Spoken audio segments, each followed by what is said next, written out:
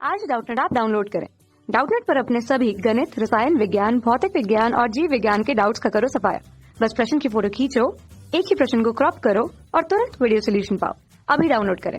प्रश्न है, परासरण तथा जीवद्रव्य कुंचन में अंतर स्पष्ट करो। इस अंतर को स्पष्ट करने के लिए हम हमारे पेज को दो भागों में विभाजित कर रहे हैं इस प्रकार से। तो इस प्रकार से हमने दो भागों में विभाजित कर लिया। एक तरफ हम लिखेंगे परासरण और दूसरी तरफ हम लिखेंगे जीवद्रव्य कुंचन। जीवद्रव्य कुंचन, तो ये हो गया जीवद्रव्य कुंचन।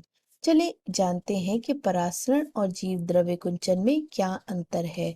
तो परासरण पौधों के द्वारा की जाने वाली वह क्रिया है जिसमें जल जो होता है वह अधिक सांद्रता से कम सांद्रता की तरफ जाता है। तो जल अधिक सांद्रता वाले स्थान से, मतलब जहाँ पर जल अधिक होता है, अधिक सांद्रता से कम सांद्रता वाले स्थान की तरफ जाता है। मतलब जहाँ जल ज्यादा होता है वहां से जहाँ जल कम होता है उस तरफ जाता है। अब ये जो परासरण की क्रिया होती है इसके लिए एक और चीज उपयोग में लाई जाती है, वह होती है पारगम्य झिल्ली या अर्ध पारगम्य झिल्ली। तो अर्ध पारगम्य झिल्ली का होना आवश्यक है इस क्रिया के लिए, परासरण के लिए। यदि अर्ध पारगम्य झिल्ली नहीं होगी तो उस प्रक्रिया को हम कहेंगे विसरण, परासरण नहीं कहेंगे। तो यहाँ पर जल का एक जगह से दूसरी जगह जाना होता है, मतलब अधिक से कम सांद्रता वाले स्थान पर जाना होता है अर्ध पारगम्य झिल्ली की सहायता से।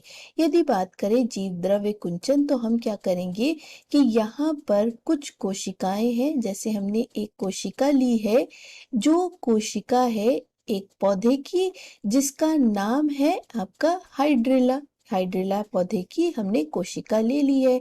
हाइड्रिला एक आपका जलीय पौधा है।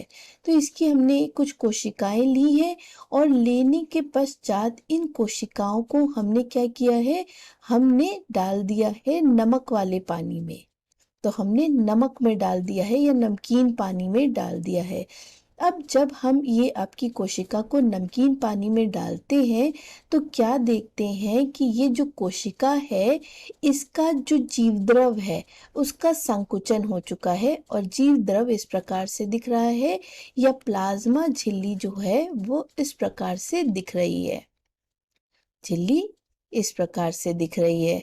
तो प्लाज्मा झिल्ली यहाँ पर इस प्रकार से दिख रही है। ये इस प्रकार से क्यों दिख रही है? क्योंकि नमक डालने से, कोशिकाओं में नमक का पानी या नमक डालने से क्या हुआ है, यहाँ से सारा जल निकल गया है। तो यहाँ से सारा जल बाहर निकल गया है, मतलब ये जो जल है इस जल का बाह्य परासरण हो गया है।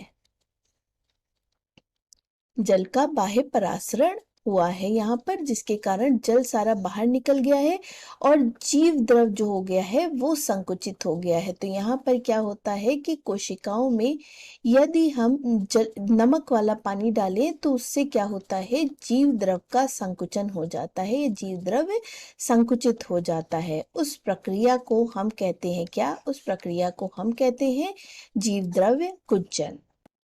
तो यहाँ जीव द्रव का संकुचन क्यों हुआ है? क्योंकि हमने नमक का पानी लिया है और नमक का पानी जो होगा वो एक हाइपरटोनिक सोल्यूशन होगा। हाइपरटोनिक सोल्यूशन है। हाइपरटोनिक सोल्यूशन वह सोल्यूशन होते हैं या वह विलयन होते हैं जिसमें जल कम मात्रा में पाया जाता है।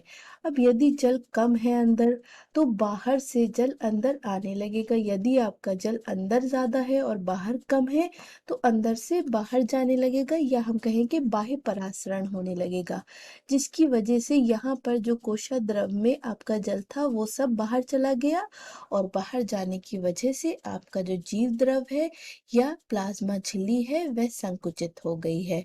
पर क्योंकि बाहर कोशा भित्ति है तो कोशा का आकार वही रहेगा, पहले वाला रहेगा। तो कोशा भित्ति अपनी जगह पर ही रहेगी क्योंकि वह एक दृढ़ संरचना है। कोशा भित्ति। यदि ये आपकी किसी भी जंतु की कोशिका होती तो वह पूरी तरह से संकुचित हो जाती और ना दिखाई देती। तो ये था आपके प्रश्न का उत्तर। धन्यवाद। कक्षा 6वीं से 12वीं से लेकर नीट, IIT, JEE वो एडवांस के लेवल तक 1 करोड़ से ज्यादा छात्रों का भरोसा। आज ही डाउनलोड करें डाउटनेट ऐप या व्हाट्सएप करें अपने सारे डाउट्स 8400 400 400 पर।